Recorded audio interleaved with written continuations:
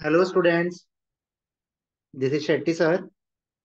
हम लोग S C E N T C 2024 pattern का सिलेबस के बारे में हम लोग डिस्कस करेंगे। लाइक कौन सा सब्जेक्ट्स है, कौन सा नहीं है। ठीक है। तो 24 पैटर्न में जैसे एफ ई से जो 24 पैटर्न करके जो एस सी को जाएंगे उनको तो वही रहेगा। इवन जो एफ ई 2019 पैटर्न वाले जो थे, जिनका बैक का था या गैप था जिनका, तो उनका 2019 पैटर्न का सब्जेक्ट्स क्लियर करके वो अभी एससी को जो जा रहे हैं जुलाई में, उनके लिए भी यही एससी 2024 पैटर्न ही अप्लाई होगा। तो हम लोग अभी एससी 2024 पैटर्न फॉर ईएनटीसी, तो उसका कौन सा सब्जेक्ट्स है, क्या है, वो हम लोग अभी देखेंगे।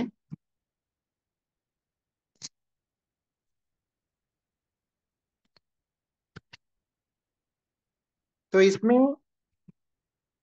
आप लोग देखेंगे तो 2024 पैटर्न में आपको जैसे पता है, ऑलरेडी फर्स्ट ईयर में आपने दिया था, तो उसमें एक 30 मार्क का सीसी होगा, राइट।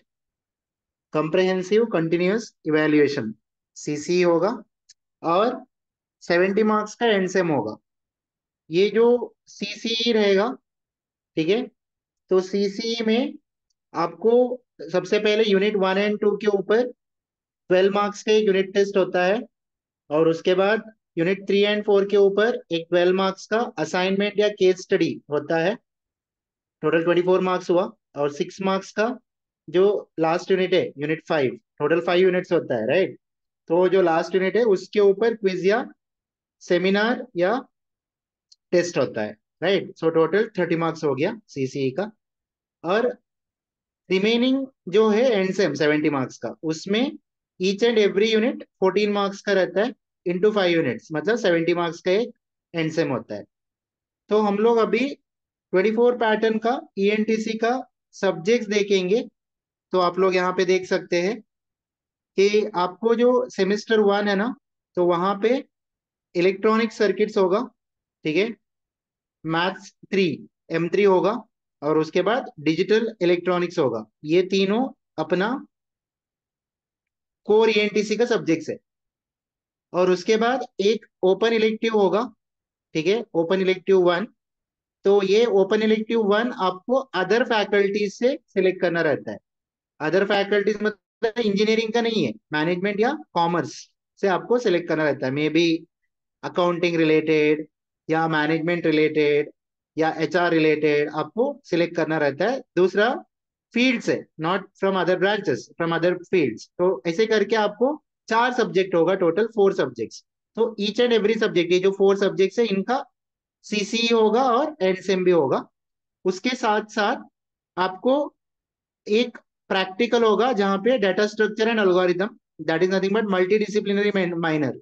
माइनर सब्जेक्ट होता है, वो अदर ब्रांच का ही है। बट आजकल डाटा स्ट्रक्चर तो लगेगा ही सब जगह पे, तो इसलिए वो रखा है। बट उसका जस्ट आपको प्रैक्टिकल्स होगा और उसका टर्म वर्क होगा, ठीक है। तो देन एक इंजीनियरिंग इकोनॉमिक्स एंड एप्लीकेशंस करके एक सब्जेक्ट है, ठीक है। तो उसका जस्ट आपको यहाँ पे एक टर्म वर्क होगा, ठीक है। और यूनिवर्सल ह्यूमन वैल्यूज, इसका भी टर्म वर्क होगा। एग्जाम नहीं रहेगा इन सब का, ठीक है। एग्जाम तो सिर्फ 4 ही सब्जेक्ट का होगा, सीसीए और एनसेम, ठीक है। और उसके बाद कम्युनिटी एंगेजमेंट प्रोजेक्ट जो रहेगा वो 25 मार्क्स का टर्म वर्क होगा। तो क्रेडिट वाइज देखेंगे हम लोग, जो इलेक्ट्रॉनिक सर्किट्स है उसका आपको टोटल 4 क्रेडिट्स रहेगा, ठीक है। और M3 का 3 credits, digital electronics 4 credits, open elective 1 जो है, जो कॉमर्स या मैनेजमेंट से आप ले रहे हो, तो उसका 3 क्रेडिट्स है। इनका तो सीसीए और एनसेम हो गया। और बचा हुआ जिसका टर्म वर्क और प्रैक्टिकल्स है, जैसे आप वहां पे देख सकते हैं कि इलेक्ट्रॉनिक सर्किट्स का भी प्रैक्टिकल होगा और डिजिटल इलेक्ट्रॉनिक्स का भी प्रैक्टिकल होगा, ठीक है। So there are total 3 practicals. हाँ, तो उसके बाद ये जो नीचे का जो सब्जेक्ट्स है, जैसे डाटा स्ट्रक्चर एंड एल्गोरिथम जिसका प्रैक्टिकल है, टर्म वर्क है, उसका 2 क्रेडिट्स है। और बचा हुआ जो इकोनॉमिक्स एंड ह्यूमन वैल्यूज का जो सब्जेक्ट है, तो उनको 2 क्रेडिट्स होंगे। ऐसे टोटल करके 22 क्रेडिट्स है, ठीक है। This is about same 1। तो सेम टू में क्या होगा, सेमिस्टर टू में? तो सेमिस्टर टू में there are like 3 core subjects, ठीक है। तो वहां पे एक है कम्युनिकेशन इंजीनियरिंग है, ठीक है, जहां पे एनालॉग कम्युनिकेशन होगा, और उसके बाद सिग्नल्स एंड सिस्टम्स, और उसके बाद कंट्रोल सिस्टम्स। ये दोनों तीनों कोर सब्जेक्ट्स है, कोर ईएनटीसी सब्जेक्ट्स है, जिसको सीसीई होगा और एनसेम भी होगा। और उसके साथ साथ एक ओपन इलेक्टिव टू रहेगा, ठीक है। ओपन इलेक्टिव टू जो है वो आपको दूसरा फील्ड से सिलेक्ट करना रहता है, ओपन इलेक्टिव टू, ठीक है। तो वो आपको वहां पे भी उसका इनसेम मतलब सीसीई और एनसेम होगा, और उसके साथ प्रैक्टिकल्स होगा कंट्रोल सिस्टम्स का एंड सिग्नल्स एंड सिस्टम्स का। और जो एमडीएम होगा, मल्टी डिसिप्लिनरी माइनर, मतलब कंप्यूटर इंजीनियरिंग का, जैसे आपको पिछले सेमेस्टर में सेम वन में डेटा स्ट्रक्चर एंड एल्गोरिथम था, यहाँ पे ऑब्जेक्ट ओरिएंटेड प्रोग्रामिंग है, जिसका प्रैक्टिकल्स होगा, ठीक है। मतलब प्रैक्टिकल्स इन द सेंस आपको वहां पे थियरी भी करना पड़ेगा ऑब्वियसली, मतलब उसका एग्जाम नहीं रहेगा थियरी का, बट प्रैक्टिकल्स के लिए थियरी तो पढ़ना ही पड़ेगा, राइट। और उसके बाद सारे 1 या 2 क्रेडिट्स का है, vocational and skill enhancement course रहेगा, प्रोफेशनल कम्युनिकेशन रहेगा, और ठीक है, और एनवायरनमेंट अवेयरनेस होगा, ठीक है।